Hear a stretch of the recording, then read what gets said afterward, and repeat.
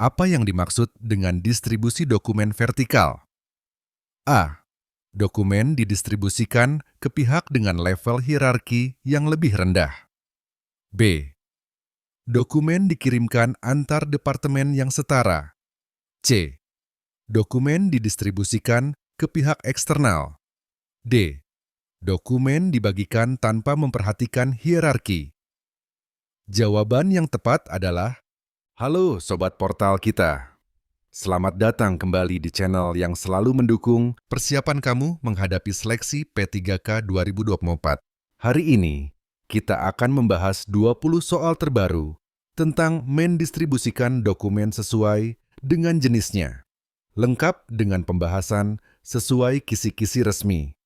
Soal ini cocok banget buat kamu yang mengambil formasi administrasi perkantoran. Jangan lupa, dukung terus channel ini dengan klik subscribe dan nyalakan loncengnya. Yuk, langsung aja kita mulai. Soal nomor 1. Apa tujuan utama mendistribusikan dokumen di dalam organisasi? A. Menambah volume dokumen arsip. B. Memastikan dokumen sampai kepada pihak yang membutuhkan. C. Mengurangi beban kerja staf administrasi. D. Mempermudah proses penghapusan dokumen. Jawaban yang tepat adalah B. Memastikan dokumen sampai kepada pihak yang membutuhkan.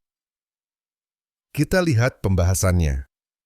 Proses distribusi dokumen bertujuan untuk menyampaikan dokumen kepada pihak yang berkepentingan agar dapat digunakan sesuai fungsinya. Soal nomor 2. Dokumen internal seperti memo biasanya didistribusikan melalui A. Pos kilat. B. Email internal. C. Kurir ekspres. D. Pihak ketiga. Jawaban yang tepat adalah B. Email internal. Kita lihat pembahasannya. Memo internal biasanya disampaikan melalui email atau sistem komunikasi internal untuk efisiensi. Soal nomor 3. Saat mendistribusikan dokumen rahasia, hal yang perlu diperhatikan adalah A. Kecepatan pengiriman. B. Keamanan saluran pengiriman. C. Jumlah penerima. D. Biaya pengiriman. Jawaban yang tepat adalah B. Keamanan saluran pengiriman. Kita lihat pembahasannya. Dokumen rahasia harus dikirim melalui saluran yang aman untuk menjaga kerahasiaan informasi. Soal nomor 4. Surat keputusan dari pimpinan perusahaan termasuk jenis dokumen yang A. Hanya didistribusikan ke pihak internal. B. Didistribusikan ke seluruh pihak yang berkepentingan. C. Tidak memerlukan distribusi. D. Didistribusikan tanpa aturan tertentu. Jawaban yang tepat adalah B. Didistribusikan ke seluruh pihak yang berkepentingan. Kita lihat pembahasannya. Surat keputusan bersifat resmi dan harus diteruskan kepada pihak-pihak terkait untuk tindak lanjut. Soal nomor 5. Media yang paling efektif untuk mendistribusikan dokumen berbasis digital adalah A. Fax. B. Sistem cloud. C. Hard copy. D. Pos reguler. Jawaban yang tepat adalah B. Sistem cloud. Kita lihat pembahasannya. Sistem cloud memungkinkan dokumen digital diakses dengan mudah dan cepat oleh banyak pengguna. Soal nomor 6. Apa yang dimaksud dengan distribusi dokumen vertikal? A. Dokumen didistribusikan ke pihak dengan level hierarki yang lebih rendah. B. Dokumen dikirimkan antar departemen yang setara. C. Dokumen didistribusikan ke pihak eksternal. D. Dokumen dibagikan tanpa memperhatikan hierarki. Jawaban yang tepat adalah A. Dokumen didistribusikan ke pihak dengan level hierarki yang lebih rendah. Kita lihat pembahasannya. Distribusi vertikal melibatkan pengiriman dokumen dari atasan kepada bawahan atau sebaliknya. Soal nomor 7. Apa langkah pertama dalam proses mendistribusikan dokumen fisik? A. Menghancurkan dokumen. B. Menyortir dokumen berdasarkan tujuan pengiriman. C. Membuat salinan dokumen. D. Mengirimkan dokumen secara langsung. Jawaban yang tepat adalah B. Menyortir dokumen berdasarkan tujuan pengiriman. Kita lihat pembahasannya.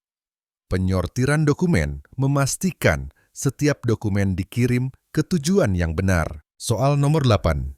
Dokumen yang bersifat urgensi tinggi biasanya didistribusikan melalui A. Pos reguler. B. Email dengan prioritas tinggi. C. Layanan pengiriman murah. D. Surat menyurat biasa. Jawaban yang tepat adalah B. Email dengan prioritas tinggi. Kita lihat pembahasannya. Dokumen penting dengan urgensi tinggi memerlukan jalur cepat seperti email dengan tanda prioritas. Soal nomor 9. Apa yang dimaksud dengan distribusi dokumen horizontal? A. Dokumen dikirim ke pihak eksternal. B. Dokumen dikirim antar departemen dengan level setara. C. Dokumen disebarluaskan secara massal. D. Dokumen dikirimkan tanpa melalui prosedur formal. Jawaban yang tepat adalah B. Dokumen dikirim antar departemen dengan level setara.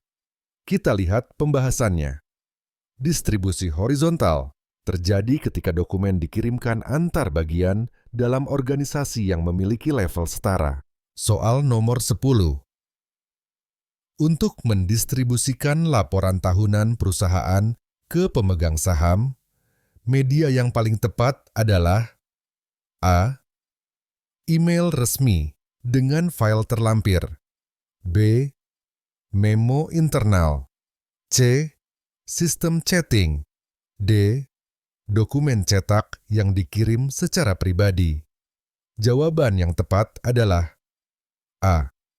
Email resmi dengan file terlampir. Kita lihat pembahasannya. Laporan tahunan biasanya dikirim melalui email resmi untuk memastikan kecepatan dan kejelasan informasi. Soal nomor 11. Apa yang harus diperhatikan dalam mendistribusikan dokumen melalui layanan kurir eksternal? A. Kecepatan dan harga murah. B. Keamanan dan ketepatan penerima. C. Pilihan kurir yang populer. D. Jumlah dokumen yang dikirim. Jawaban yang tepat adalah B. Keamanan dan ketepatan penerima. Kita lihat pembahasannya.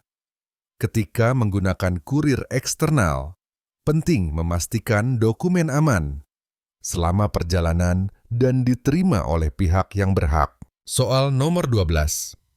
Dokumen kontrak kerja karyawan sebaiknya didistribusikan dengan cara A. Melalui grup WhatsApp. B. Secara langsung kepada karyawan terkait. C. Menggunakan email grup departemen. D. Menyimpan di ruang arsip tanpa distribusi. Jawaban yang tepat adalah B. Secara langsung kepada karyawan terkait. Kita lihat pembahasannya. Kontrak kerja adalah dokumen personal yang harus diberikan langsung untuk menjaga kerahasiaan. Soal nomor 13. Apa peran tracking system dalam mendistribusikan dokumen? A. Menentukan jenis dokumen yang akan dikirim. B. Mengidentifikasi dokumen yang tidak perlu dikirim. C. Memantau status pengiriman dokumen. D. Mempercepat proses penyortiran dokumen. Jawaban yang tepat adalah C. Memantau status pengiriman dokumen. Kita lihat pembahasannya. Tracking system digunakan untuk memastikan dokumen sampai tujuan dan memantau proses pengiriman. Soal nomor 14. Dokumen yang dikirimkan kepada pihak eksternal, seperti klien atau mitra kerja, biasanya disebut sebagai A. Dokumen internal, B. Dokumen keluar, C. Dokumen inaktif, D. Dokumen rahasia. Jawaban yang tepat adalah B. Dokumen keluar. Kita lihat pembahasannya. Dokumen keluar adalah dokumen resmi yang dikirimkan keluar organisasi untuk berbagai keperluan. Soal nomor 15. Pendistribusian dokumen dalam format digital sering dilakukan melalui A. Fax, B. Hard drive fisik, C. Sistem manajemen dokumen berbasis cloud, D. Arsip manual. Jawaban yang tepat adalah C. Sistem manajemen dokumen berbasis cloud. Kita lihat pembahasannya. Cloud memungkinkan distribusi dokumen digital yang cepat, aman, dan mudah diakses oleh penerima. Soal nomor 16. Surat Perintah Perjalanan Dinas atau SPPD didistribusikan kepada A. Seluruh staf di departemen, B. Staf yang akan melaksanakan perjalanan dinas, C. Manajer departemen terkait, D. Semua pihak yang terlibat dalam perusahaan. Jawaban yang tepat adalah B. Staf yang akan melaksanakan perjalanan dinas. Kita lihat pembahasannya. SPPD adalah dokumen khusus yang hanya diberikan kepada karyawan yang bertugas melakukan perjalanan dinas. Soal nomor 17. Langkah terakhir dalam mendistribusikan dokumen adalah A. Menyimpan salinan dokumen di arsip, B. Menghancurkan dokumen asli, C. Mencatat pengiriman di log distribusi, D. Mengirimkan ulang dokumen. Jawaban yang tepat adalah C. Mencatat pengiriman di log distribusi. Kita lihat pembahasannya. Pencatatan distribusi diperlukan sebagai bukti bahwa dokumen telah dikirim dan diterima. Soal nomor 18. Jika dokumen didistribusikan ke banyak penerima sekaligus, metode yang paling efektif adalah A. Email group atau broadcast, B. Fax ke semua penerima, C. Mengirimkan hard copy ke masing-masing penerima, D. Memberikan dokumen secara langsung. Jawaban yang tepat adalah A. Email group atau broadcast. Kita lihat pembahasannya. Email group atau broadcast adalah metode efisien untuk mendistribusikan dokumen ke banyak penerima sekaligus. Soal nomor 19. Apa jenis dokumen yang sering kali didistribusikan dengan tanda tangan elektronik? A. Dokumen rahasia, B. Dokumen kontrak atau perjanjian, C. Surat menyurat biasa, D. Arsip inaktif. Jawaban yang tepat adalah B. Dokumen kontrak atau perjanjian. Kita lihat pembahasannya. Dokumen kontrak sering memanfaatkan tanda tangan elektronik untuk mempermudah proses distribusi dan validasi. Soal nomor 20. Dokumen yang harus diterima hanya oleh pihak tertentu biasanya dilengkapi dengan A. Amplop biasa, B. Stempel perusahaan, C. Label atau catatan khusus confidential, D. Tanda tangan penerima saja. Jawaban yang tepat adalah C. Label atau catatan khusus confidential. Kita lihat pembahasannya. Dokumen dengan akses terbatas seringkali dilengkapi label confidential untuk menunjukkan sifat dokumen tersebut. Terima kasih sudah menyimak hingga akhir. Semoga pembahasan tadi bermanfaat dan bisa membantu kamu lebih percaya diri menghadapi seleksi P3K 2024. Kalau ada pertanyaan atau topik lain yang ingin dibahas, tulis di kolom komentar. Jangan lupa like, share video ini ke teman-temanmu, dan subscribe supaya kamu nggak ketinggalan soal-soal terbaru lainnya. Sampai jumpa di video berikutnya, Sobat Portal kita. Tetap semangat dan sukses selalu!